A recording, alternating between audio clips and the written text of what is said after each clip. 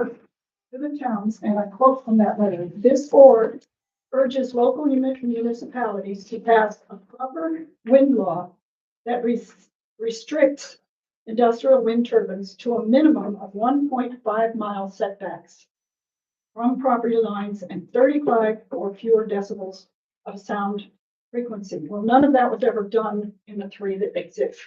But in the future ones, we're hoping that you will advise the towns. Now, the second concern we have is for the proposed battery energy storage systems, which are dozens of them being proposed. And we know that the hazards of death, because of the lithium ion thermal runaway fires and explosions and hazardous toxic plumes that are caused by that situation.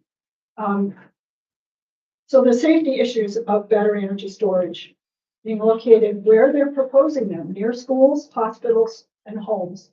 In Dunkirk, the one there is 3 blocks from the high school.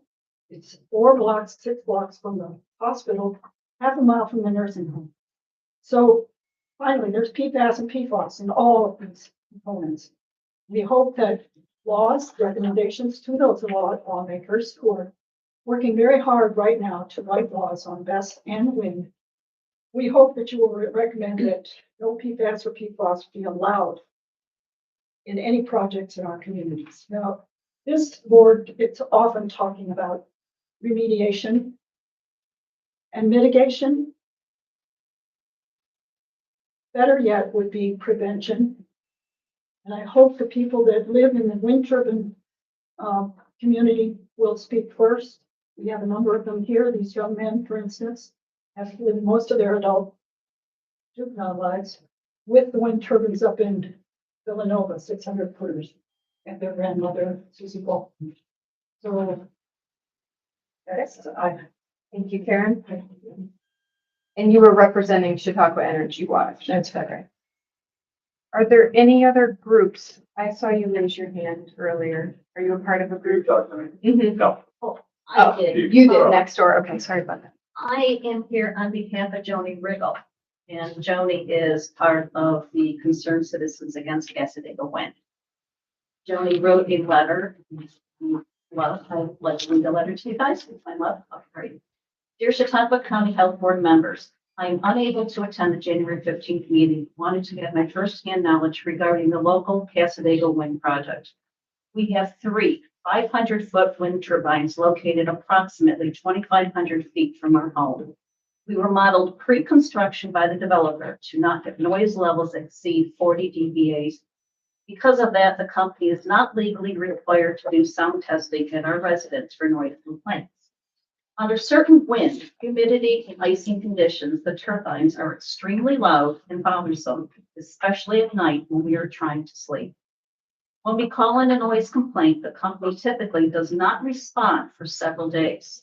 I have recorded noise levels above 60 dBAs on my cell phone sound meter, but have no recourse since we lack the expensive, high-tech ANSI sound testing equipment that stands for the American National Standards Institute and noise engineer that New York State would deem acceptable for documentation. Please be aware that our local ambient background sound levels are 20 to 25 dBAs at night per Casadega Wind's own pre-construction sound study. Thus, 40 to 45 dBA noise levels, which is Casadega Wind certificate noise limit, and the town's 50 dBA noise limit are annoying and non-protective, especially due to the unique pumping quality. The turbines also make a constant irritating hum all summer long, heard whenever we are outside. Are you aware that DEC noise guidelines rate a new community sound source 15 to 20 dBAs above background ambient is objectionable to very objectionable, and 20 dBAs over background ambient is intolerable and needing mitigation. Note that the town's 50 dBA New York State's Article 10 noise limits of 40 to 45 dBA allow 20 plus dBA above our ambient nighttime noise levels. This is unacceptable and we object. Our home should be a healthy, peaceful refuge, not a place of noise, harassment, and distress. The wind company is the proverbial fox guarding the henhouse and controls every aspect of the sound testing. They are expert manipulators, skilled at getting the results needed to look compliant. They have violated our noise limits multiple times due to icing and are working on icing mitigation protocols. Still, the turbines only seem to get shut down after a complaint is made. My time up. I guess I need to learn to read fast. Thank you. Thank you. Thank you. And that was written by Joni Riggle, who is a retired RN. Okay, any other groups represented? You were just, okay. Okay. How do you want to do that? Okay. Let's just start at one side of the room and move over, I guess. Whoever, starting in the far end, if you'd like to speak, if you could introduce yourself to us, who you are and what interest you're representing. Yes, thank you. I'm Mark Twitchell. I'm a retired pediatric dentist from Fredonia. It's been 6 years since I had the privilege of standing here before this group to discuss the public health risks imposed by wind turbine noise. I'm here now to specifically ask the board to reissue or reassert the findings in the December 2019 letter advising safe setbacks and noise limits. I'll briefly present the medical evidence that has not changed since 2019 and what has changed in New York State's oversight. I only have one page and a little on the other. If I go over 3 minutes, I've included this statement in the handouts that I hope everybody received. I became involved in this issue when I saw that families were coming to my practice in Fredonia from all of the towns in Chautauqua County, which had begun to host wind energy facilities. The negative impact to children from environmental noise was widely recognized long before the appearance of industrial wind turbines. In 2020, I was asked by the town of Arkwright to serve as a wind turbine noise complaint monitor. Using the decibel noise meter and recorder issued by the town, I was able to show that wind turbine noise measured in real time routinely exceeded the permitted noise expressed as an average over 8 hours. In other words, real-time measurements, I could easily get 65 or 70 decibels when the noise limit was expressed as an average over 8 hours at 50 dB. Well, what difference does that make in the middle of the night if it's screaming at 65? So I had no authority to obtain medical histories from residents at the homes I visited. But after 2 years of measuring and speaking with impacted residents, I could confidently state that their quality of life had been negatively impacted. My Arkwright measurements were all made in the audible noise spectrum, since most meters are incapable of measuring low frequencies, and New York State does not recognize inaudible sound pressure waves at infrasonic frequencies as a risk. In respect to medical evidence, nothing has changed since 2019 in regards to audible or inaudible infrasound noise. There has been only reinforcement of the evidence of harm from all noise frequencies as shown in the studies I've included in the handout. However, what has changed since 2019 is the wind turbine permitting process prescribed by New York State. Since 2020, the New York State Department of Health is no longer signatory to wind facility permits. Casadega Wind was permitted in 2017. That was the first opportunity that any New York State agency had ever published anything about environmental noise. And to its credit, the Department of Health, the New York State Department of Health, did an exhaustive study. Okay, thank you. My alarm didn't go off. Sorry. Thank you. Moving this direction, are you going to speak?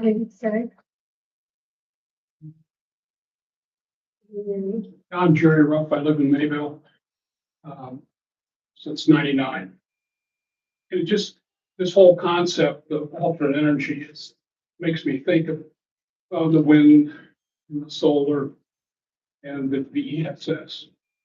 We all have health insurance, or we should have. We have car insurance. We have life insurance. We have all insurance if something drastic happens. The only way to insure against this is to not let it exist in the first place. It gets put in and we spend thousands, millions of dollars on this stuff. There's no going back. And I would really strongly urge people to think about what's going to happen with our children, our grandchildren,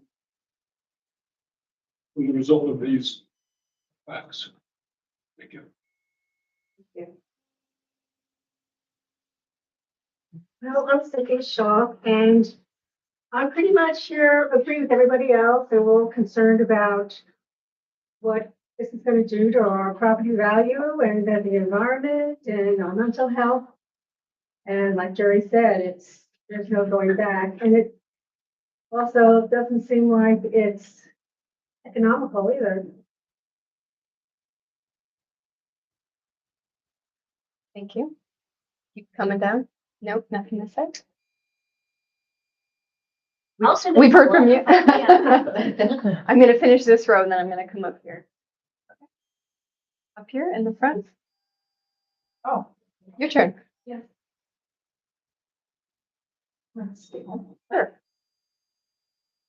Thank you so much for the opportunity to speak to you today about the health and environmental issues regarding the proposed wind turbines and multiple battery storage system installation, or BESS.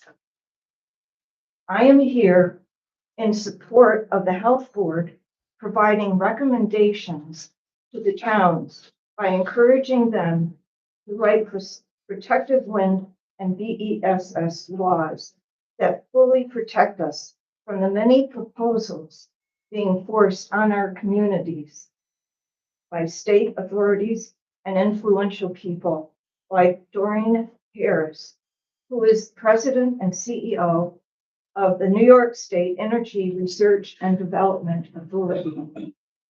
Ms. Harris supports state-driven BES deployment, but lives in Duanesburg, a town that banned the construction of commercial-scale battery energy storage systems. Citing public health, safety, and welfare concerns, Duanesburg lawmakers passed a trio of laws in May of 2025, prohibiting the installation of BESS facilities. Town Supervisor William Winson stated the decision was, quote, prudent to protect residents. Like 50 other communities in New York, Duanesburg has also taken steps to restrict or reject wind energy projects raised were significant concerns for human health, wildlife, public safety, and environmental integrity, as well as the construction, operation, and disposal of turbines leading to serious local and regional impacts. Given what we already know about the impact of both wind turbines and battery storage systems, our leaders have a fundamental and moral duty to protect the well-being of those they serve. Also, we need to consider insurance rates rising for homeowners, business owners, and municipalities where wind turbines and BESS are located. Several already are experiencing significant rate hikes. What if insurance companies decide to drop them entirely? What happens to the value of their homes? Who is going to buy property within the community? That's your time now. Thank you. One last line. Who benefits and who pays ultimately? Thank you. Thank you. Could you provide us your name for the minutes? So I'm sorry, Susan Masters. I've lived in this area my whole life. I'm a Panama resident. Thank you. Sir? Hi, yes, my name's William Bertkovich. My wife Eileen and I moved to Chautauqua County in 1980 before the bridge because from Ohio, it was the closest thing we could find to a pristine environment without a lot of regulations. And we were able to build and provide ourselves with a home in Ellery and lived 10 years with no electric in sort of an effort to preserve these ideals. And when I think of the future, and I hope that like-minded people will move here, I don't look at wind generators in a positive light. They are symbols of aggression. And I oppose them.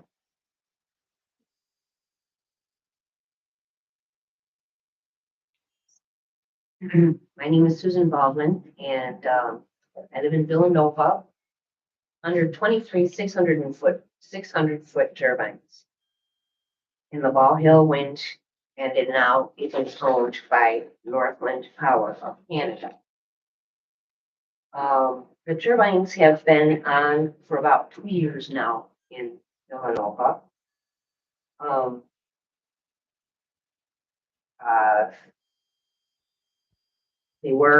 They make 24/7 noise day and night, especially night when, things are quiet or your TV's not on or anything. It makes like a bell noise inside the house. You can hear it.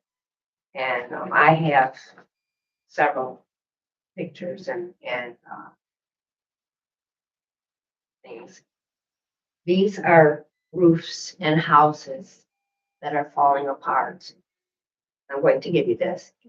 But you can see that these are, those facade roofs broken up. This vibration is going like this constantly. This roof here is down.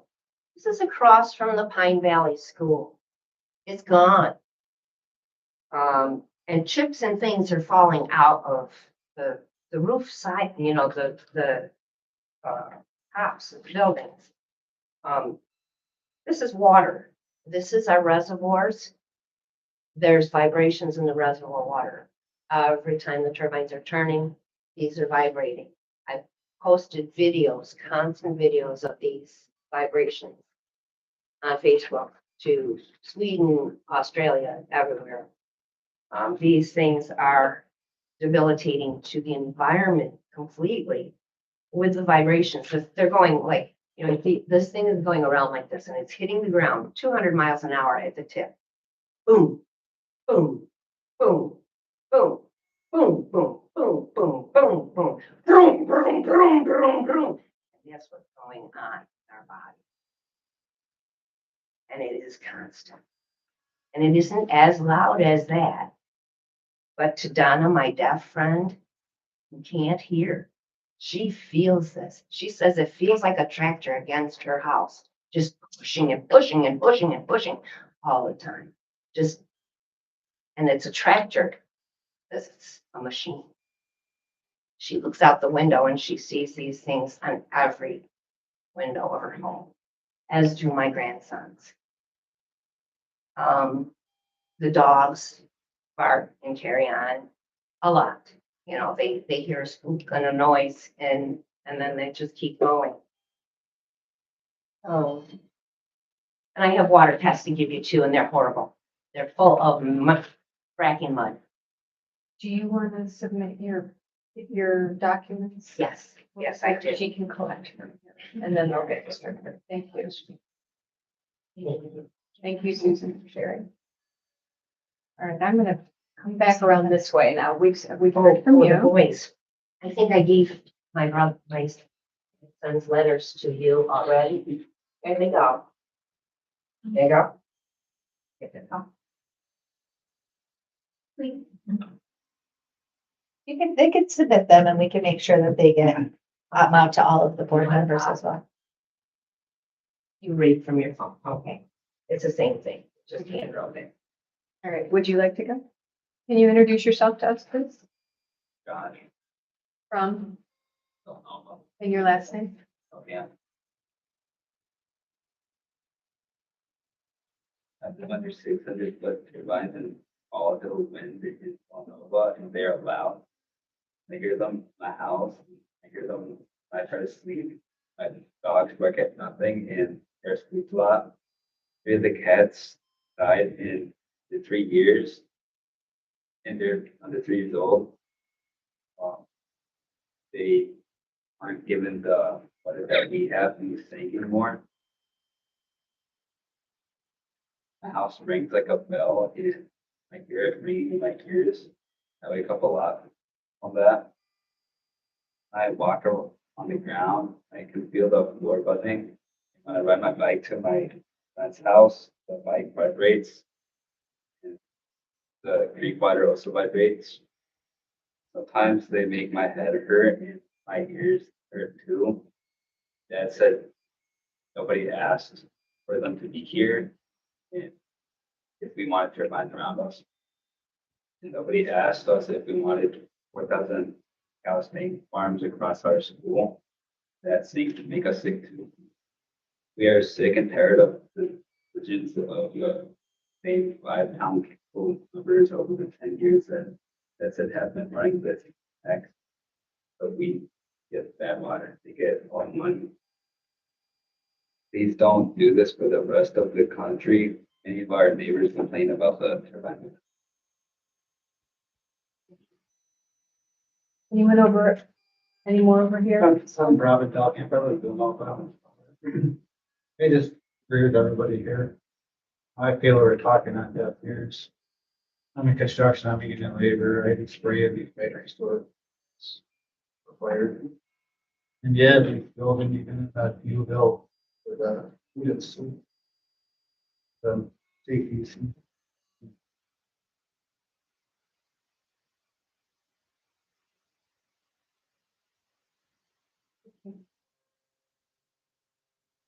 Yep, I'm coming back to you. Okay, you can go ahead. I am Kathy Lee, and I agree with everything that has been shared. You guys have done some wonderful presentations. I appreciate it. I live on Sweet Road in Panama, Asheville area, and they wanted to put 10 acres of battery storage units across the road. We built our house in the 90s and built out there so we would have country property and be able to live in peaceful. Yeah. We've got a huge substation that went in there and now they want to put 10 acres of batteries. We are hopeful that you can affect and make recommendations for not only people's property values, but health more than anything. We know that these battery storage units have caught on fire. And we went to the meeting where they bring in the people that are giving the presentations for their safety, but they couldn't answer some of our questions. If these things catch on fire, they evacuate. I want to say it's like 7 miles or so around the battery storage facility. And that would mean we'd have to evacuate our house for, I don't know, until the fire burns out. They can't even put them out. They have to burn out. So what's it doing to our air quality? What's it doing to our water quality? We're on well water. We're just frustrated. We feel like our government just pushes these things on us and that we don't have any recourse. So I'm asking for whatever you guys can do. Please help us. Thank you.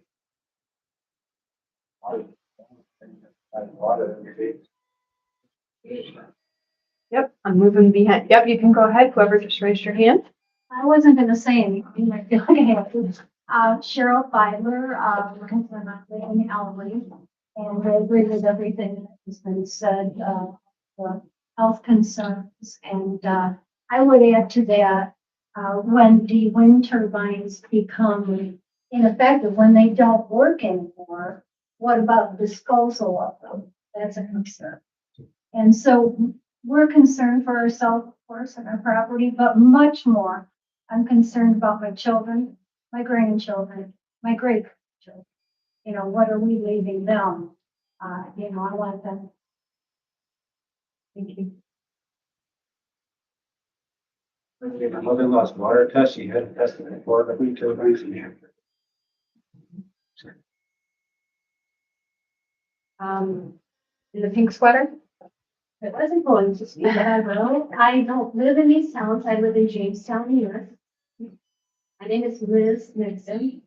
Some of my concerns are from what I 100% back up what Karen has said. If you can find some kind of mall to, to introduce to these towns, people. The concern I have is that these battery lithium ion battery fires are extremely hard to stop and often reunite in hours or days after seeming extinguished. Fire departments lack specialized training and equipment, cannot be extinguished with conventional methods. Burning or failing AESS can release toxic smoke and hydrogen fluoride, a highly corrosive and potentially fatal gas. Residents may need to shelter in place and evacuate, and long-term health impacts remain unclear. Distinguished efforts often require hundreds of thousands of gallons of water, which becomes contaminated. Runoff can contaminate groundwater, wells, streams, and farmland. The bottom line, these projects are being approved at a record speed, and it's just reckless, the reckless agenda that is going to affect us for the rest of our lives and our children. And that's a big concern to me. Thank you. Thank you. Anyone? Yeah. Can I touch on some other topics too? Yeah. Okay. I'm Scott Cunningham, live in Jamestown. I'm totally against all the green new scam programs. Like the guy from Nashville was saying, but one point is, if they're so great and spectacular, where's the data from the existing systems? Per unit should be putting out data, how much power is being generated, where is it going, and who's using it. I want to touch on a couple other topics real quick. One is we're hearing that fluoride is to be removed from the water systems. I heard the 20th of January, there could be some memos coming out from our new administration. We need to be all over this. Who's going to audit to see that it's done? I just resigned from the resource center. Why? Because they're still imposing mandates. You either get a flu shot or you wear the mask. It's completely wrong. I got by it for 2 years and nobody said anything. This year I got cornered. I resigned because I refused to take any kind of inoculation, and I refuse to wear a face mask that has no purpose in the health industry at all. I'll read a quick paragraph, one sentence from TRC policy. If you're unable to present verification of obtaining the flu vaccine, a mask must be worn at all TRC sites. I believe these are infringing on Nuremberg codes. And you may want to start looking at what the Nuremberg codes are all about. All right, touch that. The Alliance of Indigenous Nations on October 8th of 2025. My printer's broke, I couldn't bring it to you.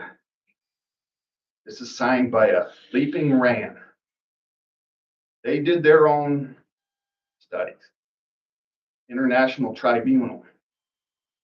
COVID-19 injections are a bioweapon and technological weapons. And they're trying to protect all people on Turtle Island, which I believe we're all part of. So those are my significant points. We need to start making some serious changes. If you don't know what MAHA stands for, under the new administration, it's Make America Healthy Again. The food pyramid has changed.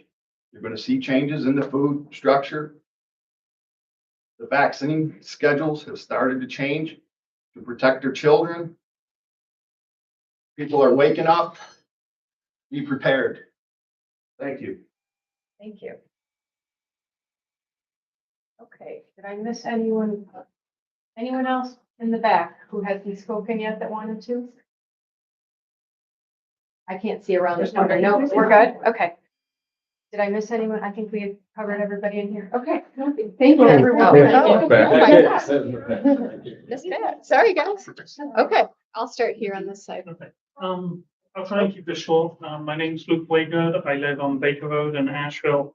I'll try and abbreviate this. I know you've taken up a lot of your time. Thank you for listening to myself and all of the concerned citizens. So basically, we had a company coming into our area.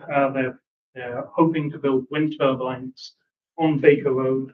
And some of these could be as big as, if not bigger than the ones in Arkwright.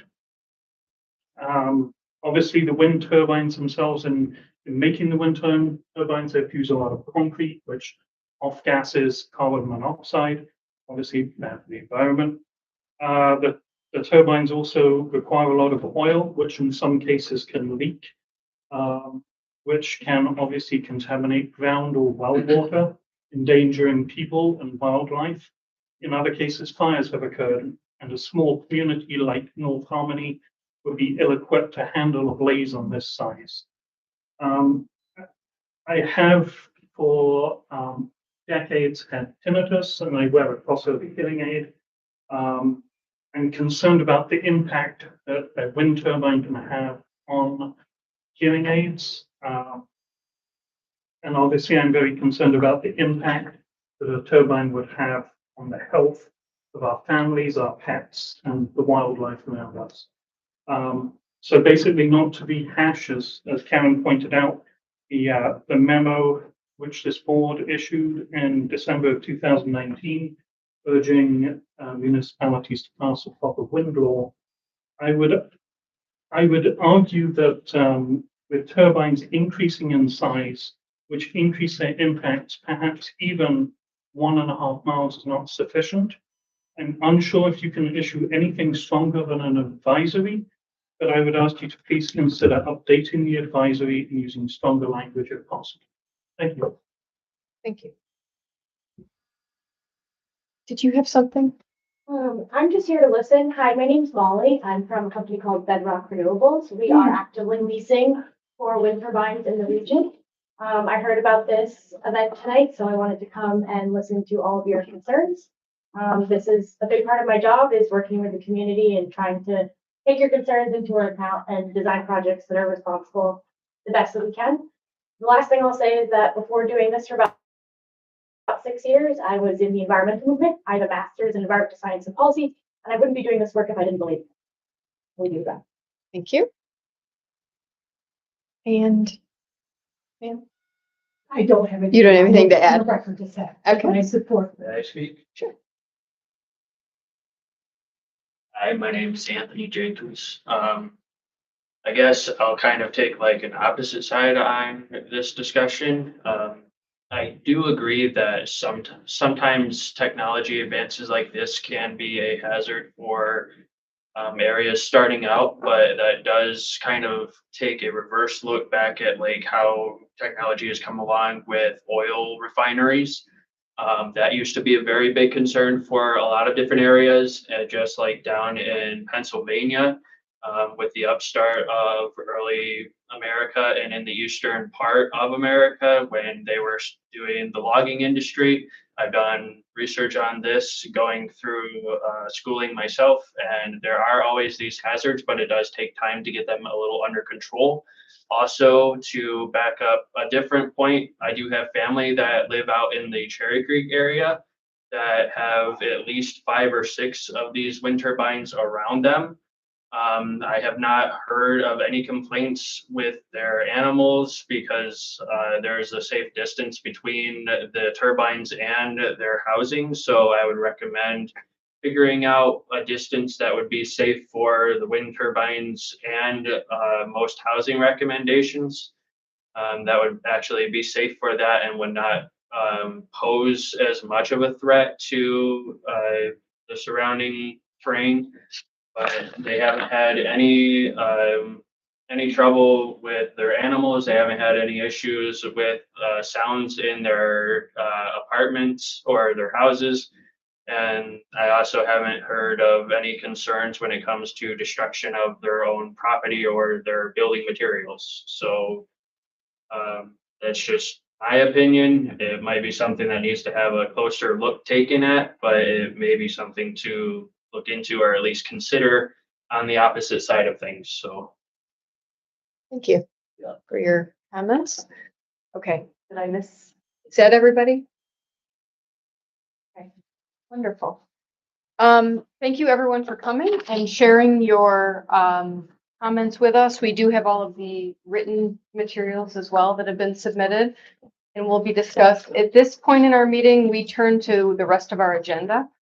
You're welcome to stay or you're welcome to leave. at That's any it. Could I time. just add something Sure. that I just like these people to understand that we cannot enact any legislation to affect your cause, or we can do recommendations. So I just want to emphasize that to you. We cannot pass a law that affects this issue. So Who does in our county? contact your county legislator or your local representative. I would go to every meeting or contact every legislator and representative that you What if have. the president comes out and says, we're putting a hold on all this new green development? Then what do we do? Somebody's got to say, okay, we got to put a hold on it. And anybody wants to go over the line, then that's their issue. In 2019, Dr. Burke made a suggestion that the group consider amending the sanitary code to include the human health effects of industrial wind as a gesture to show that this body did care about the health and welfare of the community. It's in your tapes, and it's in your, Thank you. Thank you. We do need to move on with the business meeting. One but last you can- point is what are we gonna do 20 years down the road when they have to be taken down? Because I've heard this is a major problem. Not a problem. What are we gonna do with all the material for all the wind turbines and the solar panels? Not our So this is a major concern. It's nobody's issue right now. We'll just keep building, but 20 years, think about it. Thank you, everyone. Thank you. for coming. Thanks for coming, everyone. Yeah, In the snow. I know, on a night like tonight. Of all things. Well, you know how concerned everybody is. Yeah, no, it's very heartening to see all of the people come out and express your concerns. You know, I had this, so I really think I was done when I first started. All right. We should have deferred to Marty. You did a good work than I do. The towns are the ones. Yeah. Yeah.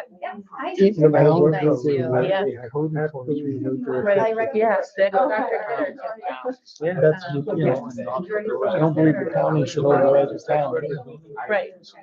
The towns make the decision. Yeah, no, you're right. It's all. I think they know that. No, I'm concerned about health issues.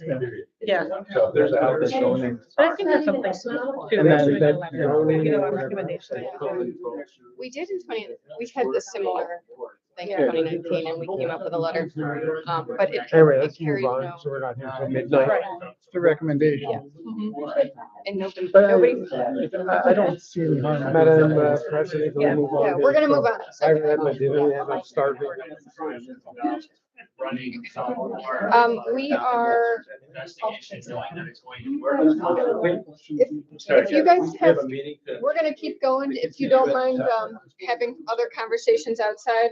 We're gonna move on to the approval of the minutes from our November 20th, meeting. I will motion to approve the minutes. Okay, we got a second? Any comments or concerns for the minutes that were distributed? All in favor? Great. Any opposed? Okay. Let's move into our new business for today and we will go right to agreements to settle. So you'll see the list of agreements to settle in front of you. I do have to apologize because at the last meeting, I presented you a duplicate of the September agreements to settle and did not include the correct agreements to settle for you. So on this list, you'll see that Some of these cases have a couple of asterisks next to them. Those are the ones that should have been presented at the November meeting, and I apologize for the mistake. So you'll see there are public water supply violations. And then at the very end, there are also a couple of the tobacco enforcement program violations. One of the facilities listed for the tobacco enforcement violations, this was their second sale to a minor. So they did sign their agreement to settle and paid the fine, but we have pushed that forward to New York State Department of Taxation and Finance to recommend a license suspension following those two sales. Any questions? Could I say something on that topic? This is not the No. public No. portion, unfortunately. Any questions from board members? Okay. All right, are you next up with hearing officers? Yeah, so we do have a facts and findings for you to review today and hopefully issue a Board of Health order. This is a mobile home park facility that you have seen before. At this point, we did not give them the option for an agreement to settle. We issued a notice of hearing and required that they come for hearing. Nobody appeared for the hearing, so the hearing was held in their absence. Natalie, our senior water resource specialist, presented the information. They had failed to submit samples for 3 months, bacteria samples for 3 months, July, August, and September. And in addition, they failed to submit samples for a disinfection byproduct requirement that was due in August. None of those samples were submitted, so you'll see that's why those fines are as high as they are, because this is unfortunately not the first time they have missed samples. Have they paid any of their fines that we've? They did pay the last Board of Health order, yeah, it was a large amount, and they paid it. We have spoken to the operator, who is doing the best that they can with the financial resources that they are given from the actual owner of the facility. Like I said, that operator's doing the best he can with what he has available to him from the owner of the facility. My understanding is they have made a new arrangement to ensure that bacteria samples are being collected as needed. But that doesn't change the fact that these 4 samples were missed. No, I don't mean to offend you, but we've done everything we can to help them, right? Yeah. I figured. Yes, yes, we routinely contact, we send out, I mean, the chart that we send these folks and every other public water supply it's literally a list of the months telling you what you need to do in each specific month.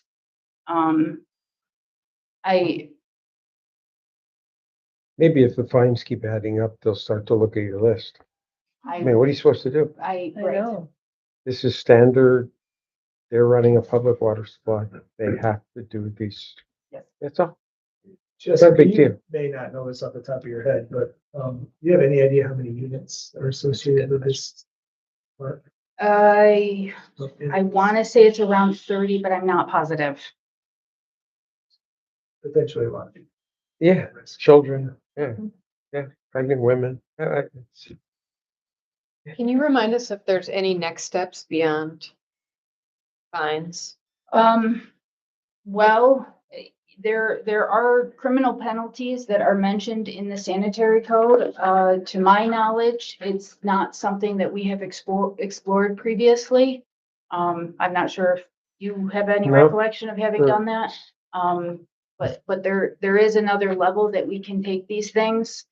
Don't they have an operating certificate though? But we don't.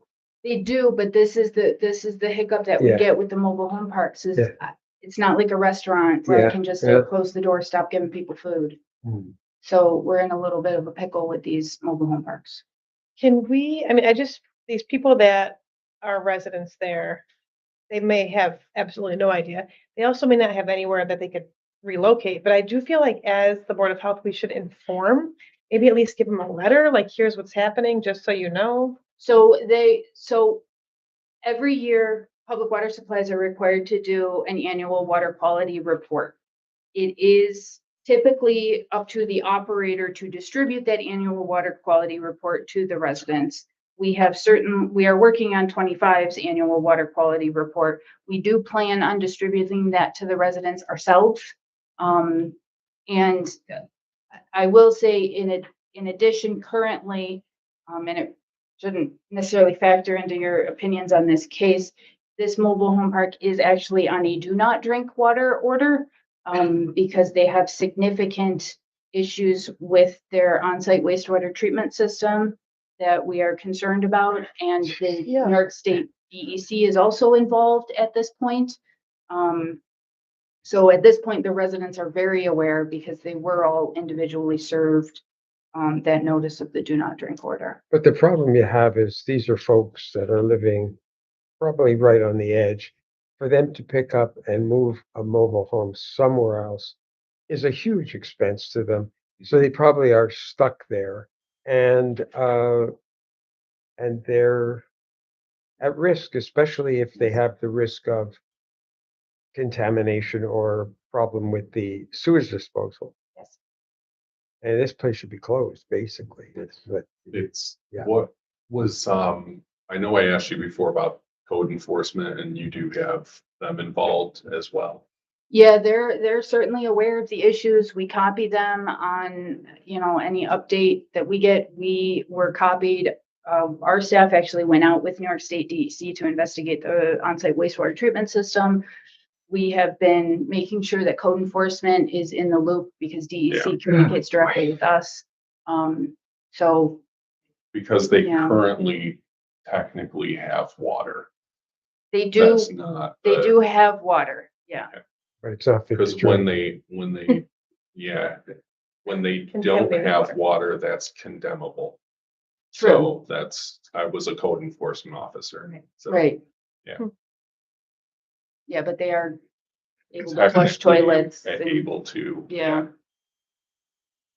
So I guess what the term that has to be potable, but yeah. tonight we need to, Okay. vote on the recommendations as put forth by the hearing officer. Does anyone want to make a motion or make? I'll make a motion, we accept it. I'll second it. Okay. Because I mean, it's heartbreaking thinking about the family and stuff, but we have to do what we have to do. These are the maximums, right? No, it's not the maximum. I mean, the way that sanitary code is written, you can go up to $2,500 per violation. You're thinking of. Send a stronger message. Yeah, max them out.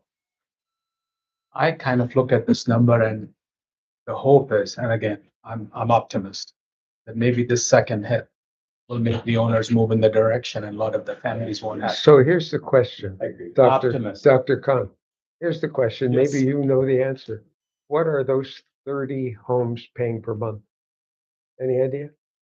Ballpark of what they pay per month? Probably 5 something for lot rent. Yeah. That's pretty typical. say 5 something? 550. Yeah. So that's $15,000 a month.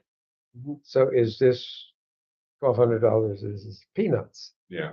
Well, 4,700. Oh, Yeah. 4,700. Yeah, total, Total, 4,700 yeah. total, yeah. Yeah, Well, And I don't know how many of them are actually occupied, but this trailer park is like several others I'm aware of where there's a lot of them that are abandoned at many of these parks. So who knows how many they're actually even collecting rent on right now, or those that are occupied that they're actually collecting rent on, because it seems many of them, I know personally people who own one of these places. Some places were behind a year or two and they okay. So it's hard to know how much revenue is actually coming in, so I do think that this is sufficient for right now.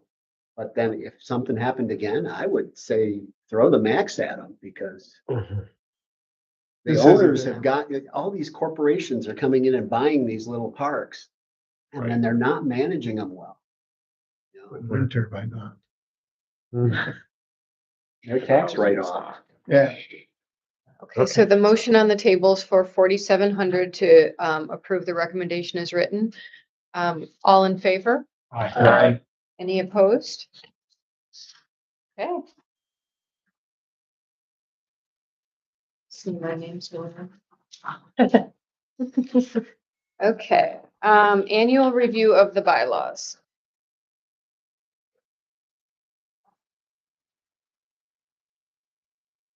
Are you taking this through? No, so this is just a process that has to occur. Right. Yeah, so Okay. I think it's just the introduction of it. Yeah, it's like, if you don't want to change anything, you don't need to vote on anything.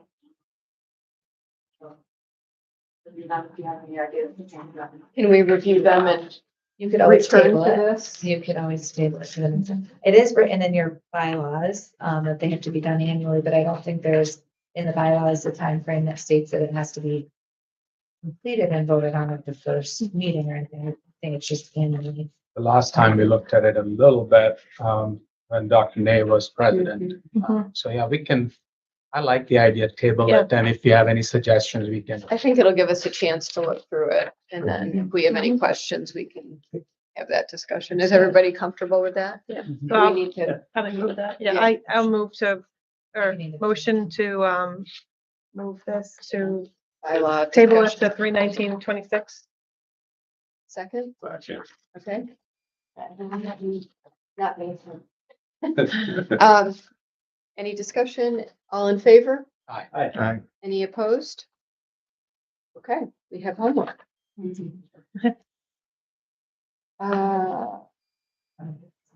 Yeah, election of officers, is that another just annual that comes on the January meeting?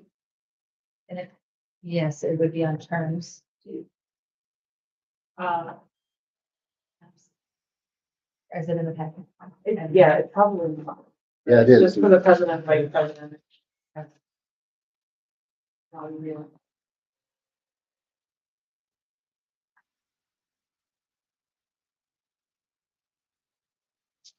We should move it to November date, just like the rest of the election. There you go. Only on an even year. Yeah. Missing where it is. Yeah, you're correct. It's, It is. yeah, first election of officers, Mhm. section 1 under Yeah. Article 4. The very first page. Oh, sorry. There we.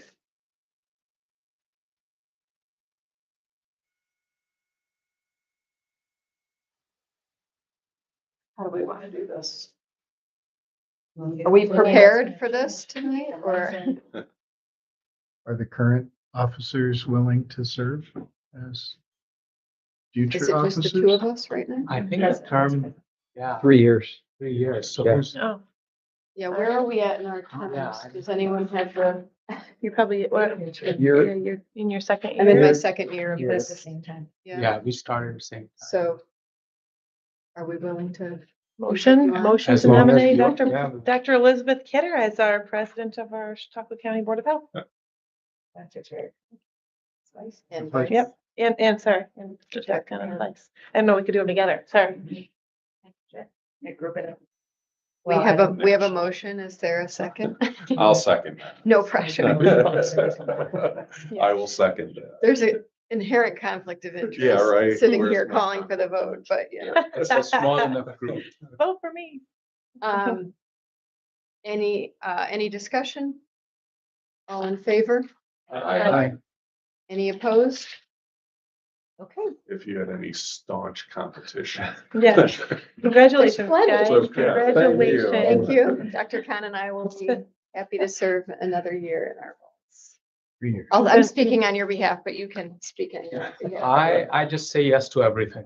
Oh. The inauguration party is when? ETs don't have inauguration party. I'm talking about. Yeah. Yes. Okay, I think we're done with new business unless there was anything else. Okay, old business, moving on. Clean Indoor Act waiver. So you guys asked for a little bit more information about these at the last meeting when we talked about fees and the fee schedule for these. So I've gathered some more information for you.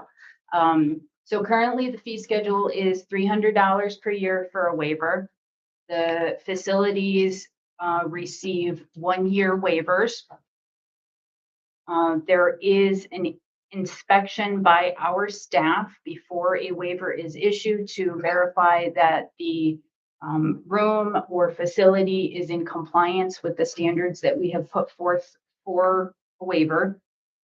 The compliance criteria was developed with guidance from New York State Department of Health. The original waivers used a financial hardship formula to determine if the business would have been harmed by not having a smoking area for customers. That formula and the facility specifics have not been revisited in recent years. Essentially, when a facility qualified originally, we accepted that formula and facility specifics and provided that there have not been any monumental changes to the way that facility operates. We have continued with the waivers on an annual basis when they are requested. Any business can apply for this waiver? Any business? They can, but I mean, we haven't had any new businesses apply. I mean, essentially the list has been getting smaller and smaller. We haven't granted a brand new facility. Yeah, because the original criteria is they had to be able to show data Clean Indoor Air Act pre-2003 and compare it to 6 months of information after and showing how they were harmed before the waiver could be cleared. That there was a And so you can't do that now. Right. So. And the intent, so, you're familiar with law and regulation and rule, there's always like the letter of the law, which seems very beautiful and, in reality, it's more of a concept. And so then there's always the intent of the law can be a different thing than the letter of law. The intent of this law very clearly, with the waiver program, was put into place as a grace period to allow businesses whose sole income was really centered on a foundation of, smoking happening in the establishment. So it was a waiver that was an attempt to be as promotive of business as possible, while still moving them toward an end result and resolution that discontinued smoking in the practice. It was So designed to never be meant, 2 years. yeah, it was never meant to sustain smoking businesses. How many do we have in our county? So we have 6 currently. One of them is the full facility waiver. And that facility, to the best of our knowledge, is owned and operated by a family unit. And the historical knowledge that I have from staff is that those folks actually came in front of the board at some point, and that's how their full facility waiver was issued, is because the board recognized that the family was owning and operating, so there were not additional employees who would be susceptible or, impacted by smoking in the establishment. So there's one facility that has the full waiver, and then there are 5 other facilities that are these sort of membership-based facilities. There is language in Clean Indoor Air Act which excludes member facilities from the Clean Indoor Air Act, but all of the employees have to be there on a voluntary basis. They can't be receiving compensation in any way. So if there's if a bar is staffed completely with volunteers. And it's a membership organization. Right. Like a Legion or something like that. And that's originally where. With a volunteer bartender. With volunteer bartenders, no paid staff. Yeah. Who knows about tips? How that counts. Have any of these had a change in ownership from the original waiver? Because that is supposed to invalidate it. Yeah. I mean, I can't tell you for sure. They're all the member-based. Oh, okay. Yeah, so, And right. So aside from the one facility that's And that's the family owned and Jamestown one? operated, yeah, that's that Jamestown, location. But the rest of them are all Legions, Moose right. membership Okay. groups. Yeah. And those all just have the single room. Yeah. That they're confined to. Yeah. This was a very hot topic at the time. Yeah. I'm sure. Oh, yeah, every, I'm Dick and Harry ran some little hole in the wall wanted, claiming that this was gonna completely put them out of business. Yeah. Which actually never happened, No. but, yeah.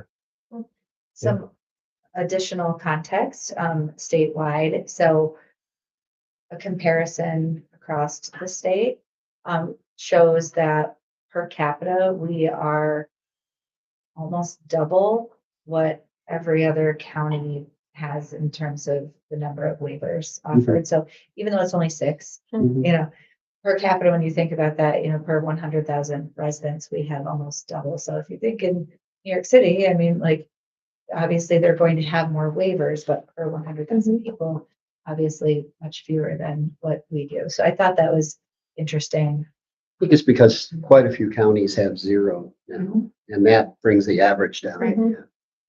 Yeah. I mean, personally, I don't know what the rest of the state is like, but we have a lot of these membership clubs Yeah. in our Mhm. county. Yeah. We do. But was the discussion we started last meeting that this was all meant to be a temporary Mhm. option? And what's the pathway forward to removing the option? So it would be either the Board of Health deciding they wanted to increase fees to try to go at it from that angle, or potentially all of these are subject to Board of Health, all of the waivers are subject to Board of Health approval. So if you would like us as the Environmental Health Department to start bringing these renewals in front of the committee, the Board of Health, as we receive them, and then, I mean, ultimately, you folks could say yay or nay to issuing these things. One of the things I know, I was reading some of the memorandums that came from the state to the local health departments about what to do. And do you get complaints about any of these facilities? Okay, because that was one thing, a complaint can trigger re-looking at it. Yeah. Yeah, no. So if we're not getting we don't. complaints, then But can people apply for can a new facility apply for a waiver still, or is that option not on the table? No, because that's what Ken was explaining is that the idea was financial hardship from the institution of the Clean Indoor Air Act. So there is no new Correct. yeah, application. because if they weren't in business before That and it says it. didn't, yeah. The last little bit of context I'll also offer, we'll talk about this part of the director's report. Our CHA and CHIP is newly submitted and published, and we remain, Steve, what is it, in the top 3 of still tobacco smoking rates. rates? Yeah, so the last sort of comparable data, we were about 1.5 times the rate that the state had. Yeah, percentage of smoke. Is that pretty consistent with like rural trends across the country? Probably, but I can't answer. Yeah. Yeah, I think the national average is down to about 16% now, something like that, and here it's over 20, 24 or something like that, yeah.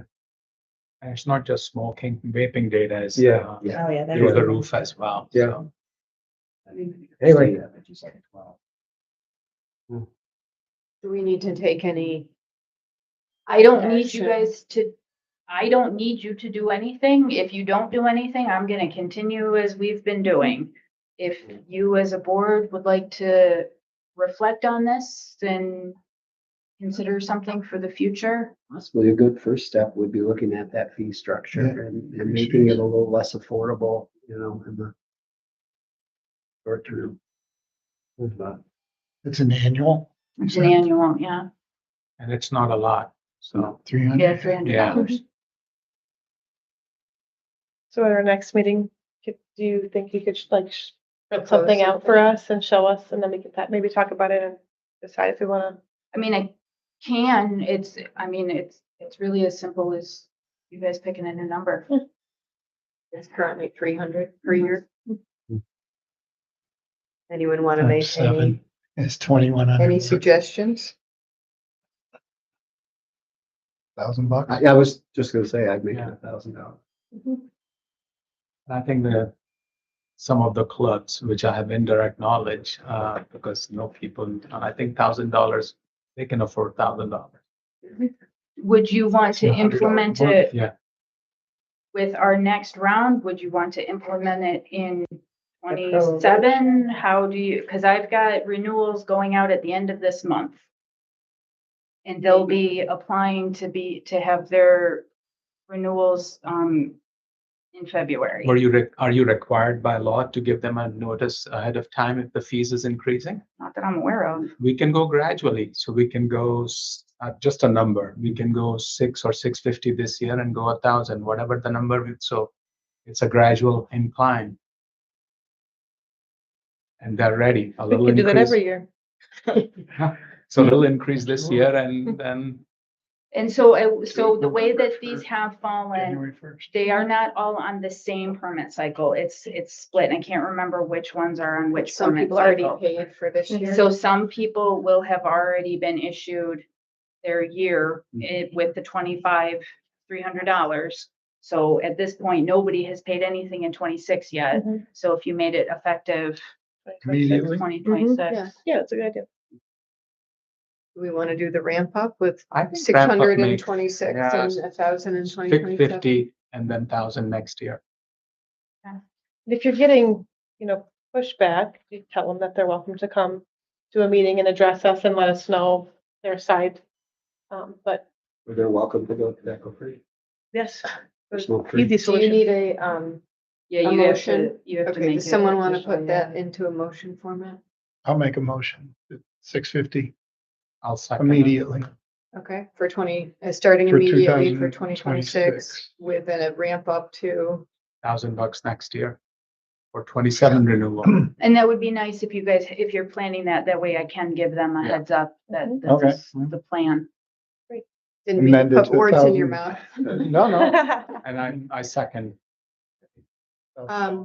Any, You know how much money goes through those clubs? Mhm, I Oh, do. With the, putting your name in and and the squares for the Super Bowl and Tags. whatever. else. It's just, And it's yeah, legacy too, because they're gonna have a board forever that's always gonna wanna re-up yeah. that, so it's not like Yeah. everyone else that's kind of gotten out of that game anyways, so. Yeah. Okay.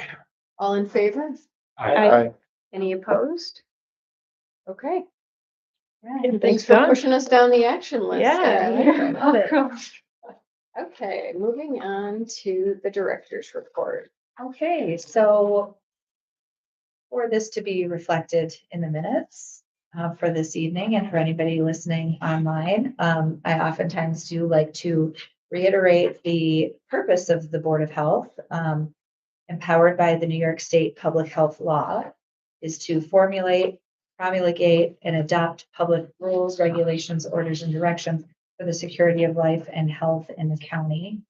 That obviously, again, takes a very specific structure and flow, county to county, that looks very different. How regulation and things are drafted. As stated earlier in the meeting, it's not necessarily always falls under the authority of you all as the Board of Health. It's really geared toward the sanitary code that we work with. And I have the opportunity and the privilege to come on behalf of the department to report to you all sort of what's going on there, as you really are an advisory and directory board to the department as well. So with that, some new things on the docket for you all to be aware of if you already aren't. I'm sure you probably are in many of your capacities.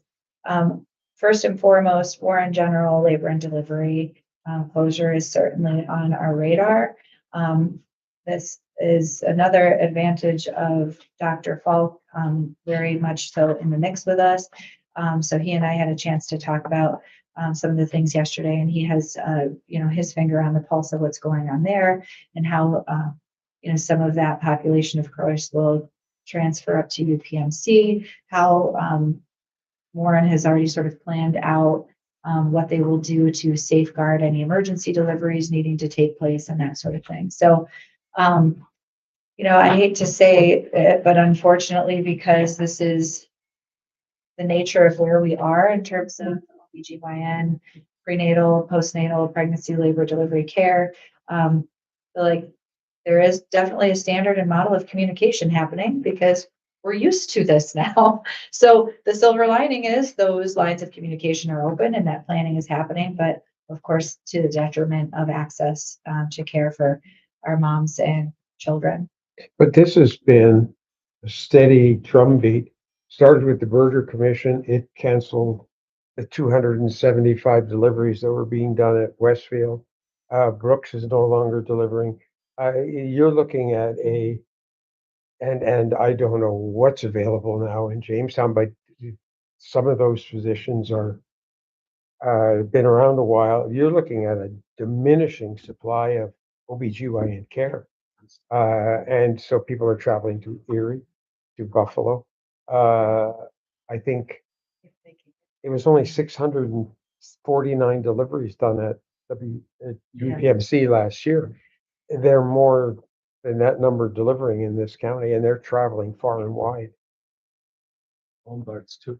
Home births, yeah, I know. This is So to that point, we've sort of taken the position in our planning and a lot of the work that we're doing with the township is that, we aren't, as the local health department, going to be able to make a dent immediately in any sort of, there's not going to be 5 new OBGYNs tomorrow.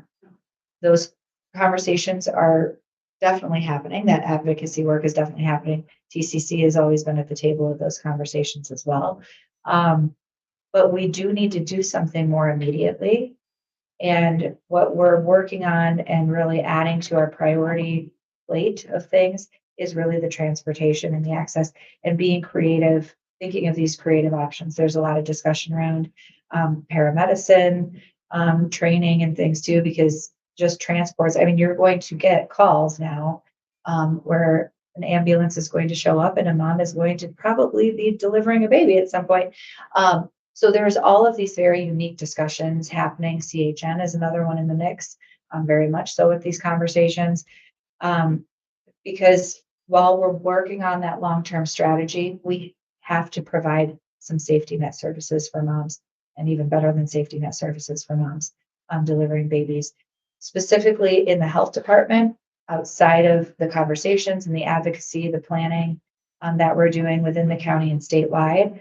Our Welcome Home Baby program is something that we're looking at how we can support and bolster the work that's being done there. So if you remember, these are our public health nurses that when we identify a mom who is, given birth and is a resident of our community, a nurse within, hopefully less than 10 days goes out to see that mom and the baby. We're working on how we can get into homes faster and other services that can be provided through a referral network.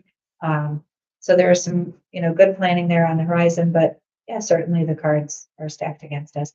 The transportation one is a unique determinant because the implications there spread far beyond moms and babies.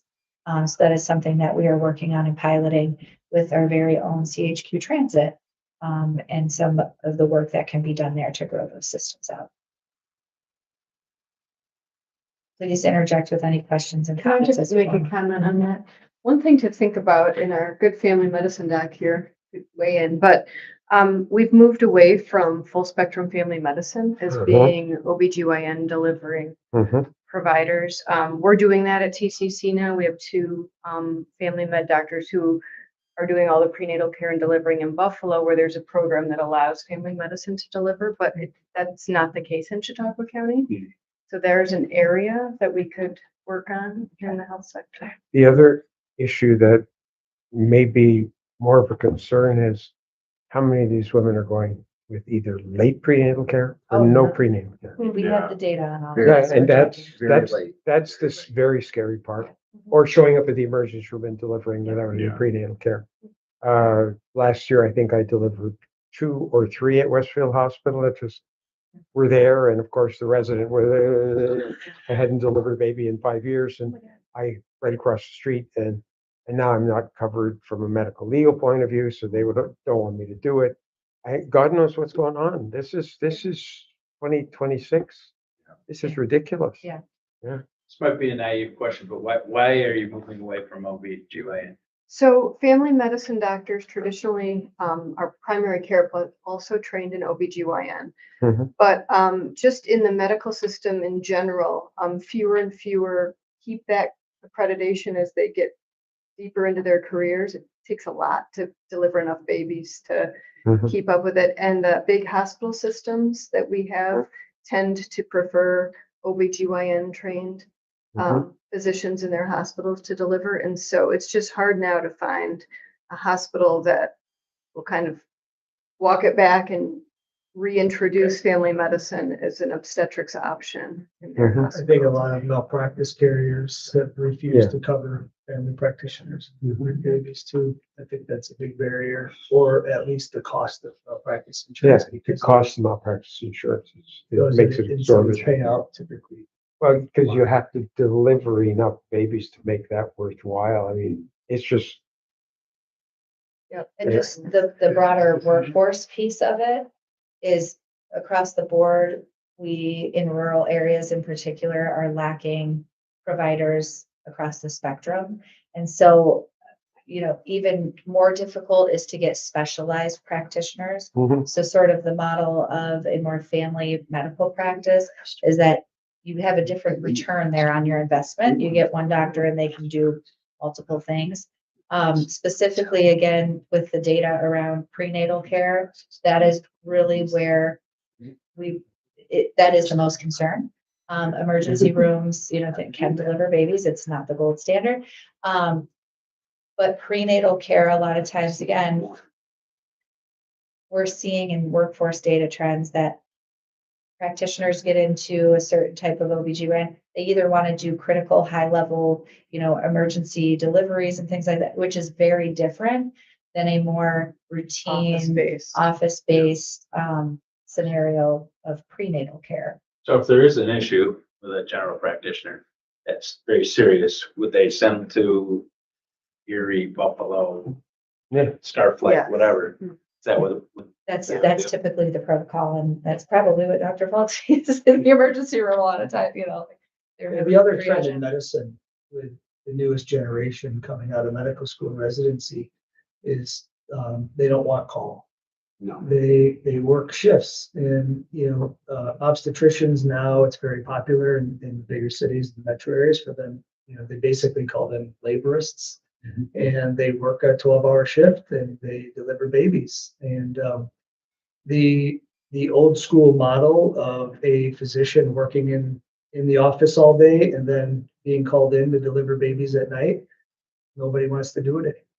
And I think that's one of the biggest challenges. So it's sort of a generational shift in work-life balance, I think.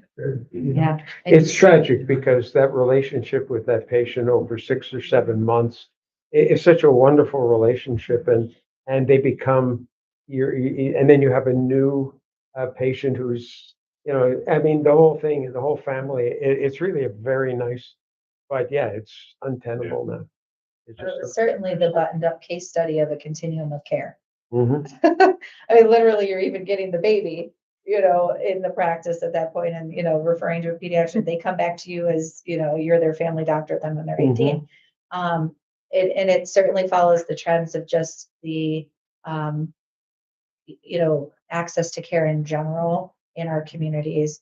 We're just seeing this, nationwide. I saw a kid in the office, I think Monday. He said, you delivered me 41 years ago. We're gonna put you back to work. Oh, my God. I know. It's very You might funny, have to come very, up very funny. Get yourself. I a like couple that you called a midwives. 41-year-old a kid. Yeah. Well, he's still a kid, and I told him, I brought you in, I can take you out. Yeah, that's the joke we have. There'd be some work here for you. And midwife, get yourself a couple midwives and doulas. You can have a whole little Yeah, retirement, whole goal in life. anyway. Okay, so I will move on.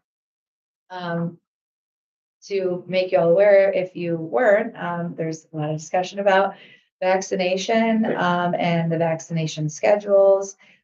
Just so that you all are aware for your efforts and, to stay informed as well.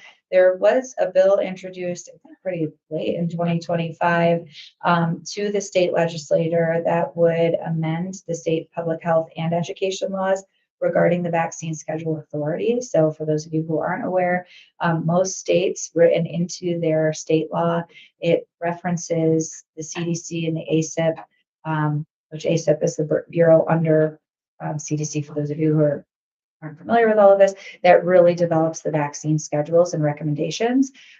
Most states have it reflected in their state law that they follow suit from the CDC schedule.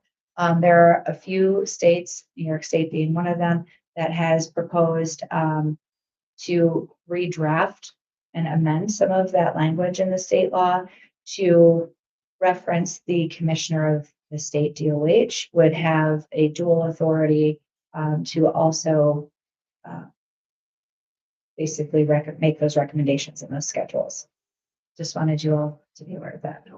They're also trying to align it with the language with the AAP recommended, American Academy of Pediatrics recommended vaccine schedule. Yes, lots of discussion there. That's a discussion. That's other- a Does the discussion. AAP doesn't take from the CDC? No. No. Their own. Used to be in alignment, not anymore. So the divorce has occurred Mhm. This How is- long has that happened? within the last year. Oh, year oh, or okay. so, Yeah, Yeah, That's just because the vaccine advisory committee to the CDC yeah. no longer It's changed, represents what the American Academy of Pediatrics yes. suggests, yeah. which is why I try to keep the board informed, because typically this is where confusion ensues in the community for providers, like school nurses in particular, who then recommendations from, they might they would hop on the academy's website and look at theirs, knowing that it's all The same, the same. wherever they're gonna look. And now they are very confused as to who these recommendations are coming from, because again, New York State would just follow suit. Mhm. So now is New York State in alignment with ACIP or pediatrics, or do we take from it? So trying to keep y'all informed of that so that, Mhm. certainly that would reduce confusion, at least if, the recommendations for the amendment did go through. Any questions? I believe, and New York State DOH sent out a blanket email They did. saying nothing is changing That's right. with our recommendations at this point. Right. So, Because we had a flurry of several forms came through from schools for vaccine exemptions right after Mhm. CDC had decided to, and which was timely that New York State came out with a statement that nothing has changed. Mhm. So it was easy to decline those without medical cause exemptions. Right. So if there is an exemption, would we notify all of the school nurses to make sure, or is that the The nurse? DOH does. Okay. Yeah, we triage calls because it's difficult to get for clarification, DOH. So our nurses, and there's a staff nurse in particular that really sort of oversees and stays, very much in communication with the state association and the state DOH about those recommendations, and she will help, provide technical assistance to the nurses. Okay, did you want to say something? Mark? No, I just was gonna say, I think just to give a little reassurance to, the public and parents who are out there kind of scratching their heads. There's a lot of language in the new guidelines of shared decision making. And, we always go back to that, and you trust your provider that's helping you make those decisions, and that none of that changes. And so I think we stress, put your trust in your primary care provider, your pediatrician, And they will guide you through the process. And if you don't have one, that's very much a reason to have a primary care provider and a pediatrician. Yeah. Michael, it's brutal out there. And give us 30 minutes. for the It's- patient. It's how much time you want to spend every day trying to deal with people who have gone way down the rabbit hole with some kind of crazy, who have just never understood the herd immunity that they've been accustomed to keep them and their children safe. And they've just never seen the other side of it. No. And now we're starting to see the other side of it, measles, and just wait till we see our first case of tetanus and whatever. It's just going to happen. It's just a question of time. Yeah. Okay.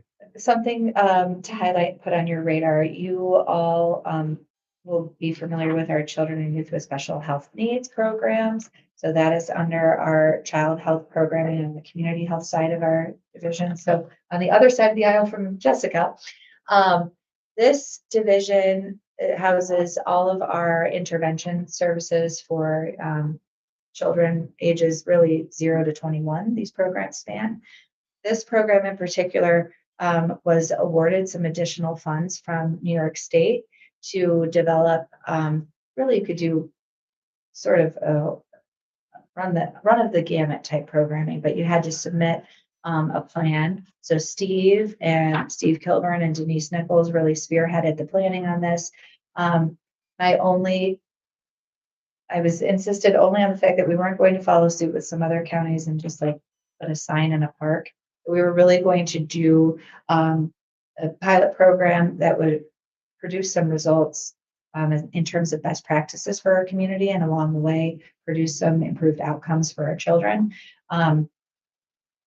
The first part of the pilot program just launched this month. I'll just give you a quick overview of it. On the tail of the conversation that we were just having,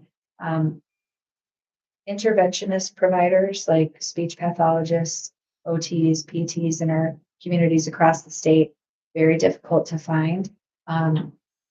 We have less of them now and we have more children needing these services.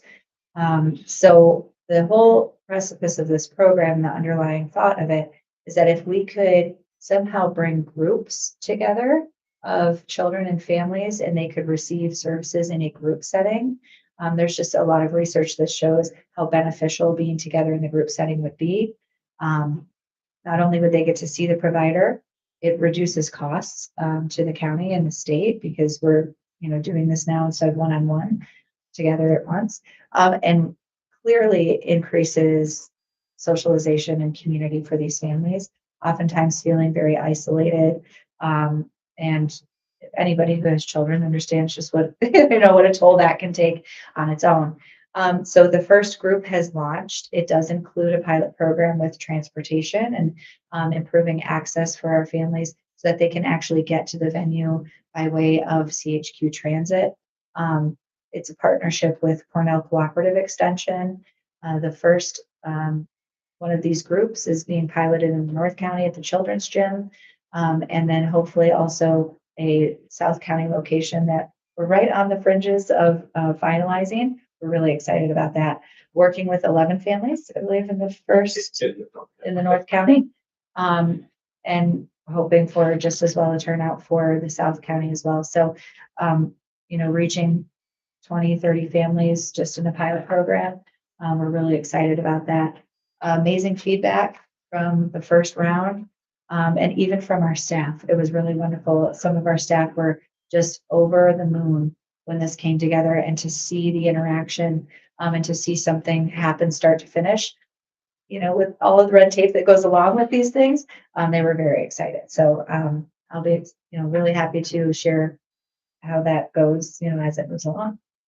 And then just to round this new section out, as we look into 2026, really the priority areas for us on the public health side of things is really now looking at the policy and systems type focus where, my first year or two, I don't even know what year I'm in now. Oh geez, 2 or 3. was about just getting a lay of the land, really helping to stabilize the infrastructure of the department, the staffing. And now I feel like we hit that faster than what I was even planning on. And so now we can really turn our focus to some of the larger infrastructural policy and systems things. So be looking forward to that. Some of these things we've already discussed, but we will tighten them up and hopefully finalize them this year, specifically taking on an approach that's, really setting health forward standards. I really want to focus on this type of language because historically, as we've talked about these things like the waivers and when all of those discussions started, happening, the approach and the perspective was that this is anti-business or anti-establishment, and really it's not. We can do these things that promote business, but in a health forward way. And really that's what everybody wants. That's what our elected officials want. That's what community members want. We want our communities to be certainly, prosperous and profit, but with purpose, positive purpose. And there's wonderful models nationally that we see this. So we can still invite business, still be very prolific and prosperous. But the standard, of course, first always being that it benefits the health of our residents in our community. So we'll talk more about those in regards to housing, zoning and enforcement standards. I'm very excited about this, so buckle up, everybody. we're gonna come with some great things for you all. And just to update you on a couple of things, I won't belabor this because I want to be respectful of your time so we can get moving. The community health assessment and improvement plan that I talked about earlier today, please go to our website. And maybe, Amanda, if we could even send this out, the link right to the page. Sherry Rader, Steve Kilburn, Amy Hitchcock, Nick Milson, a team who just knocked our CHA chip out of the park this iteration. The task was that, yes, of course, we wanted to hit all of the submission criteria for the state, as this is a mandated report that we have to do. But we wanted this to be a usable, accessible, and inclusive document. So it didn't just become a bunch of data jargon that, the state looks at, but that it really is a document that community groups, other organizations, and partners could come back to over and over again throughout the next 3 years. And it would be a real living, breathing document for them. And I am biased, obviously, but I think they did an excellent job with that. So you can check that out. There's a lot of great information on the maternal infant child health statistics and data in the county, what our plans are, our focus areas are. This is a collaborative work and project that is done. We sort of facilitate it, but it's really focused on community feedback. So there's a survey that goes out. We increased our survey response by a couple hundred this year. It is also including community-based partners from the gamut of large hospitals to 3 people community-based organizations all at the table. So they really drove this this process, and we just tighten it up and put it in a readable format for everybody. I'll tell you, it's the best one that this department has ever put out. I mean, I went over it in great detail today after the chat meeting, and I've been involved with these on and off for 25 years, and this is very well laid out. It's exactly what we need for the community to be able to see. These things are wonderful for my heart here, and it is. Well, it's an interesting, because I can remember how odious this process was. Yeah. It was just mind numbing having to put this together, Yeah. and it just ate us up for and people just groaned, and we had to get this in, and it was all BS, you're just putting it together to get it out, and that it's a living working document is phenomenal. I remember like the 30th of December getting emergency calls from the health department staff saying, can you write this section on tobacco for us? Because we don't know what to do, and it's got to go in. And brutal. It was terrible. Well, that was always so it's, again, I don't want to belabor this, but I do love this Chautauqua houses. That was the world that I came from, was the more state side of this and the regulatory, we were requiring this to be done. And of course, you sit at the state, you're like, oh, this is what all of these localities are going to love, this work because this informs their whole process and it's their roadmap. And then you realize, oh yeah, the sort of academic approach to it, like, you're not using these things. So I've been very, just so grateful for Steve and Sherry and the team that saw the vision, picked it up, ran with it, honestly, because it is such great work, and when it is done the right way, can be so valuable. But for so long, it becomes a binder on the shelf, and nobody looks back at it. And we're just bound and determined that it's not going to be that. On the call today, they were already working on with the community groups that they're going to do an annual survey, because if you know anything about this process too, you rely really on the state data that is coming from our locality anyway, but they package it all up and they track it. It takes them forever to do, and you don't get it back for 3 years.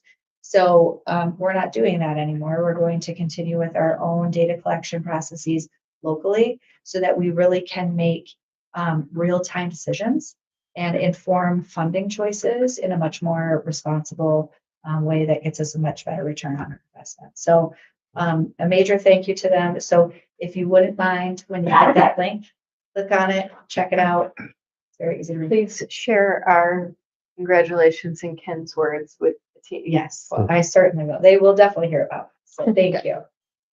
Any other questions there? Yes, Steve is here. Yeah, I like Ken's too. That's why he's here tonight, just for that. Any other questions there before we move on? Thank you to all of our partners. It was a wonderful experience and just a great exercise to continue to keep our stakeholders. Just a quick update on the pediatric dental services. So there is, I don't want to say too much about this because in the coming meetings, there will be so much more to tell you about. But just to keep you in the know, there is a local stakeholder group that has been formed and meeting regularly. And not even just meeting regularly, communicating regularly on a day-to-day basis, really. It's just, it is another one of these areas where, from a public health planning standpoint, you dream of these things happening this way.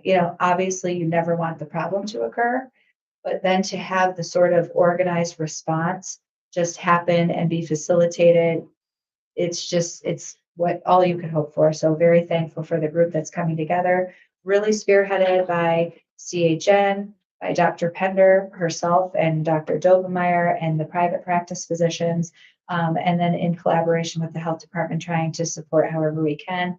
TCC is the other major pillar there as well. So we're trying to bring our two structures together to kind of provide that wider reach, and then allow the experts and the stakeholders to really just take it and run with it how they see fit.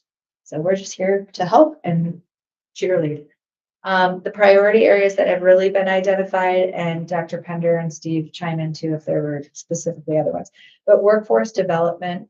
I think Dr. Pender had said at the last meeting, it all comes back to the workforce piece. So really focusing on workforce development, and at the same time, just ensuring that there are at least some short-term access points for dental care in the community. Our local providers are serving, more and more residents in the community. So ensuring that we do have some public supports in there as well, just to, make sure that people can get an appointment within the year if they can. Do you want to say anything else on this before? No, I just kudos to you guys too. I mean, you guys, what you do, what I see with the dental component, it's just, it's very tiring work. It's been a huge support for me because my world is very small. So I need all the advice, and this is like one of the millions of things you guys work on. So it's just really impressive. So well done, all of you. I'm going to have meetings with you guys every month. It's your squad here. Okay, so strategic planning, we'll move on to that. So this is the public health side of things too. Dr. Falk and I just touched base the other day too. They're doing a ton of work right now on the correctional health side of things too, to get that bolstered. And that's really going to be a priority focus area for 2026. There's some great things happening on the correctional health side of things. do you want to talk about, do you want to say anything about? Because I haven't ever said anything about that, so. Yeah, so as most of you know, in, I think it was late 2022, the state mandated all correctional facilities in New York State to provide medication-assisted treatment for opioid use disorder, alcohol use disorder. And we have, I think we are now, a little over 3 years into it. We have a jail census of just under 200 incarcerated individuals. At the last count, at least 65 are on medication-assisted treatment, most of which is for opioid use disorder.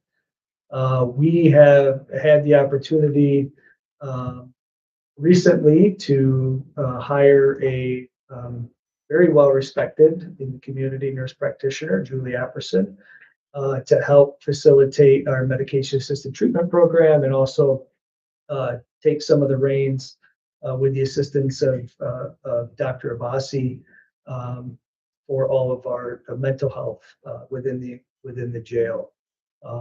As you can imagine, obviously mental health and addiction are often go hand in hand.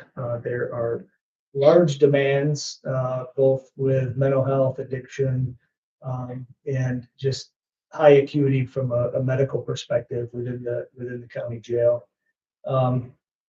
Because of that, and the difficulty that we have, just in the workplace itself, our staff are literally locked in with no windows and no sunlight. So you can imagine the difficult time we have with retention of staff, recruitment of staff. So we're doing everything that we possibly can to, help facilitate retention and recruitment. So we do have some challenges, but we've done, I think, a lot of really good work over the last few years. All of these individuals, the sheriff reminds us of this all the time, that these individuals are coming back into all of our communities. And it's in our best interest to make sure they're medically well, make sure their mental health has been stabilized, and we're treating them for their addictions, in reducing overdose deaths, overdoses, and strife in their life. So a lot of good work that our frontline staff is doing there every day. But it's a challenge. So Well, you can tell, because I truly did just put him on the spot there. So you can tell how ingrained Dr. Falk is in that work, and that is such a benefit to the community, just in that realm of things, because it is such a unique population. I'm sure most people who go through clinical rotation probably did not rotate through a correctional health facility.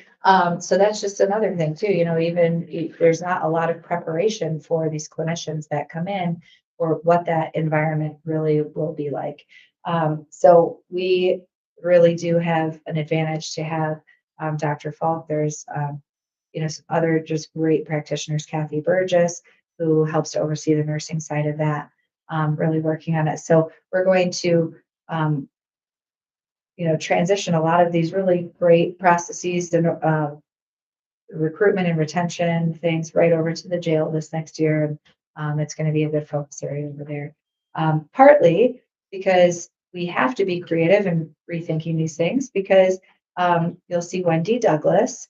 So she was the director of patient services here in the child health programming area. She is retiring this month after 24 years of service to the county. So there's been lots of different, celebrating her and honoring her, which has been wonderful. But as she vacates that position, Denise Nichols, who has been here, believe it or not, longer than Wendy, for close to 30 years, is the supervisor of that program. She will be the division lead as Wendy exits. So again, you couldn't ask for a better scenario in terms of succession planning and stability there. But it does give Dr. Falk and I the chance to relook at those titles and some of these positions. We're going to take some time to sort of evaluate what the needs really are post some of these retirements and transitions, not just backfill a position because we have it open, but really come up with some creative strategies as to how we can both, support the workforce on both sides of the street here, both correctional health and public health. So it affords us some really unique opportunities, but we're looking forward to those, making those changes.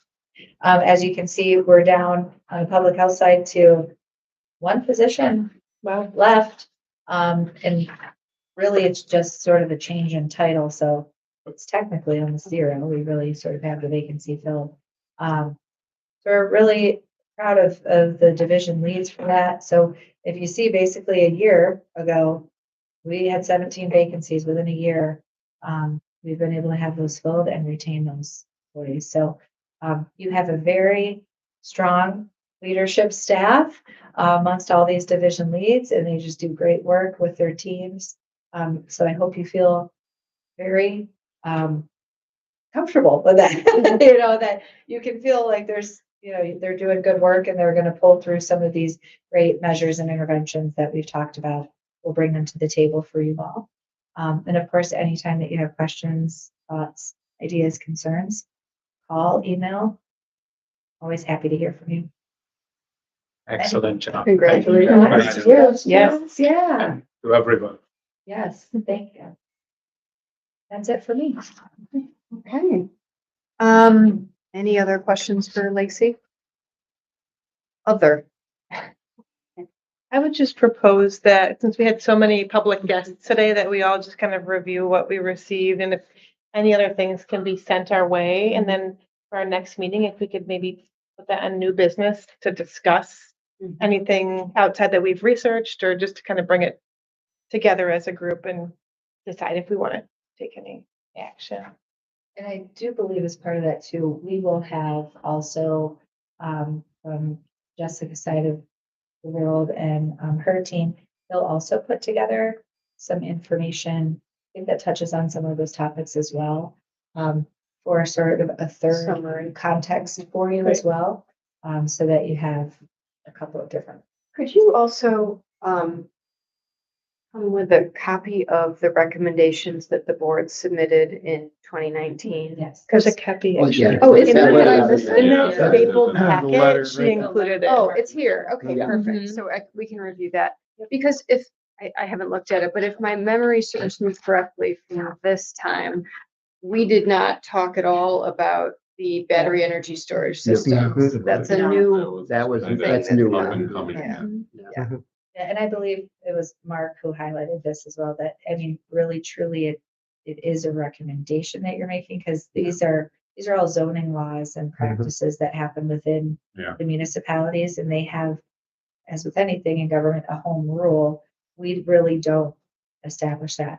In regards to the questions around the sanitary code, there are no sections of our sanitary code that really speak to any of that, so you really would be adding an entire new article to the sanitary code, which then would require, so again, so as you're thinking through these things, trying to give What some our context. options are. Yeah, so, once you add an entirely new article to a code, that then does require new trainings, more staff time, more to make, again, And just for your consideration. Who and how would we enforce that? Enforcements and all of those things. So we can certainly, as you're reading through these things, coming up with these questions, we'll come prepared to help, But navigate. if the issue here is basically zoning, Yeah.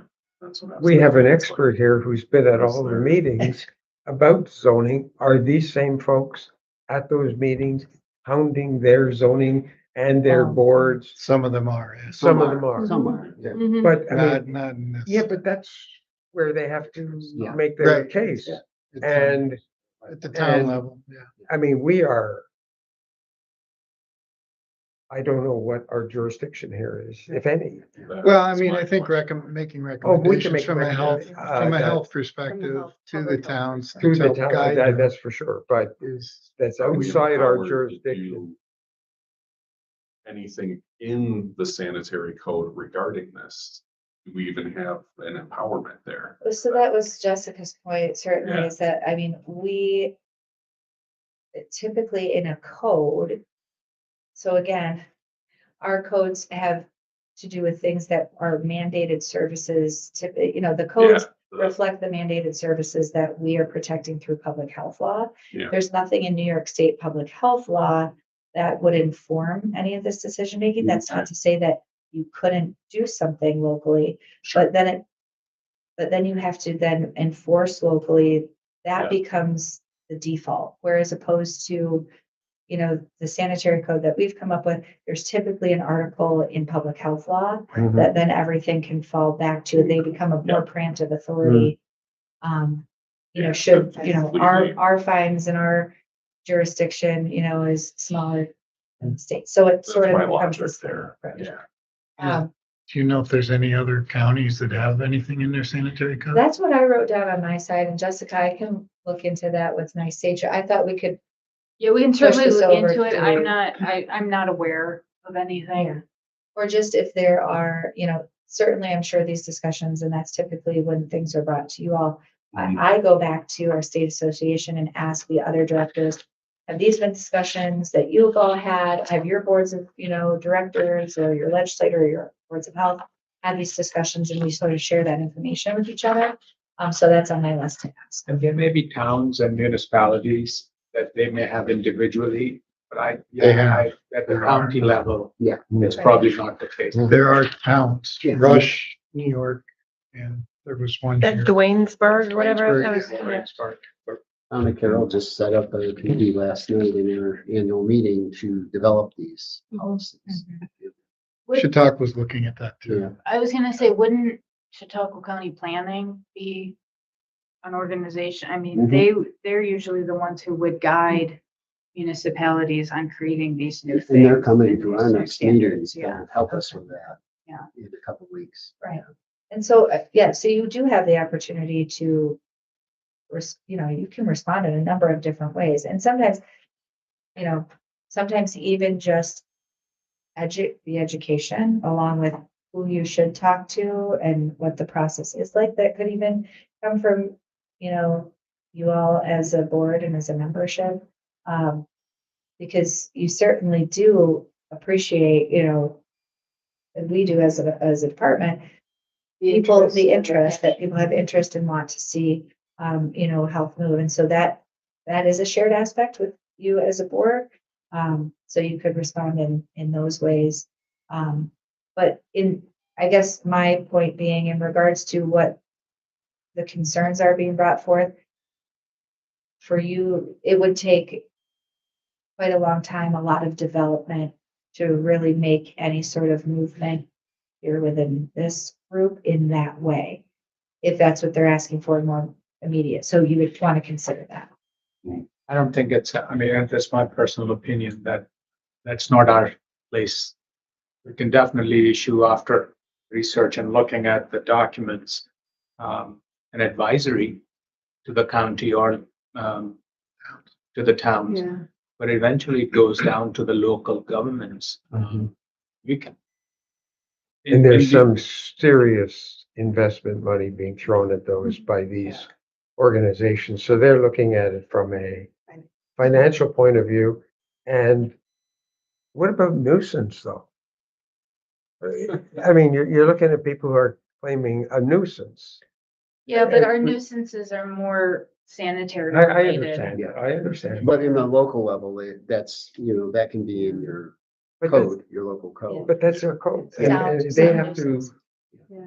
Well, it's interesting that points about the impact on the environment and the habitats and constant vibrations and. And I think too, the one point being made in regards to prevention, and again, just thinking about like, if, as a department, what we typically do in regards to decision making, if we move forward with a program of service and intervention, is what outcome are we going to get from our work and our investment? And so here's a scenario. You put something in our sanitary code, and it's in regards to even nuisance. We send our sanitarians out, they do an investigation, there is a nuisance. $2,000 fine to the wind turbine Company of Canada. of Canada. Do they pay you in Canadian or? I mean, you could set your fines much higher than that, and certainly you could do those things, but I think the point. Sweet way to make some money. out of it. But also the equipment and the time that I would need to do an investigation and the training it would take to get my Right. staff to the level where they could do an investigation. It's a different level Right. of skills You're than. exactly. right. So We're it's preparing sort to- of like the that's what David it and is. Goliath type thing in terms of like this board really trying to take something on like that. Again, not that you couldn't do it, you could set $1 million fine, I guess, if you wanted to. But, It wouldn't matter. but I think to the point of, you know, part of this is just the getting out in front of the discussions, the zoning laws and things that prevent some of the things in the first place is really, probably the Same problem. most, Same problem. the best investment in terms of. And that's really what Tom was trying to do back in 2018. I mean, he was passionate about this and he went from town to town to town and formed the Yeah, letter. I mean, remember he, that. oh, he drove me crazy as a board member, you know, over it. But I appreciated that, you know. I mean, if we feel there's a health risk to these citizens, we need to do something. Right. That's charge of this. Yeah. Yeah, that's. Is health exactly. risk, not property values Right. and any of that. It's just, that's a whole different argument for a whole different group. Mhm. But if Well, there's that's, health risk, that's data. If, you know, what we're hearing is anecdotal stories here. Yeah. Where's the data? Yeah. we would Are need to there present it. are there data to show that whatever, you know, hearing loss or. Yeah. well, and parts falling off building roofs and whatever. I mean, you know, Safe. again, I don't think we heard anything different than we did 5 years ago when these people were here. And I'm sure it's a nuisance. I'm sure that because some of these people are living fairly close to these structures. And that may have been an initial problem, but I don't know if we have much data to look at. I think if we were gonna issue some sort of advisory, if for it to hold any weight, what the towns would want is for us to say, what is a safe distance? What is a safe decibel?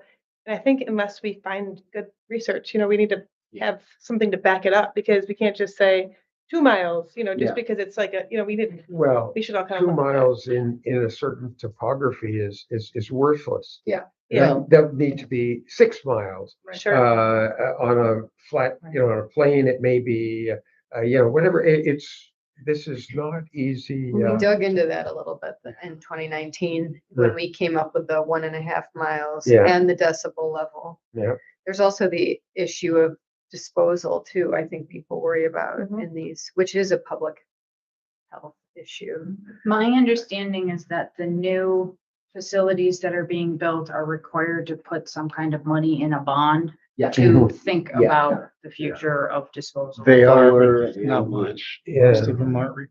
It's because it's 25 years from now. Yeah. And they're putting. But there's The some, half- there's some new technology they're looking at with respect to use of these blades. I was just reading, Reuse of them? you mean? not reuse, but other uses that they're looking at. So, Recycling. yeah, recycling them in a certain way. And, I've done solar panels and it costs like $2 to throw one in a landfill. Costs like $30 to recycle one. Yeah. So what are they gonna do? They're gonna throw them in a Wait a landfill. minute, wait a minute, wait a minute. You've got a dryer in the Pacific that's how many miles by how many miles of plastic bottles that we haven't figured out yet. You know that. You know, yeah, we got a lot more Oh, yeah. problems than just solar panels. Well, Yeah. it's- I know. Very gloomy. For our homework? So you guys want more information? Yes. Okay. Yeah. So that would be great for follow-up. Do you? Tons more. Okay, Let's see what we before can the find for you. meeting? Okay, and then maybe a copy of this electronically and then the bylaws, because we need to read those before we come. We have our work cut out for us next Mhm. time. 2 months. Okay. Can I please have a motion to adjourn? Motion to adjourn.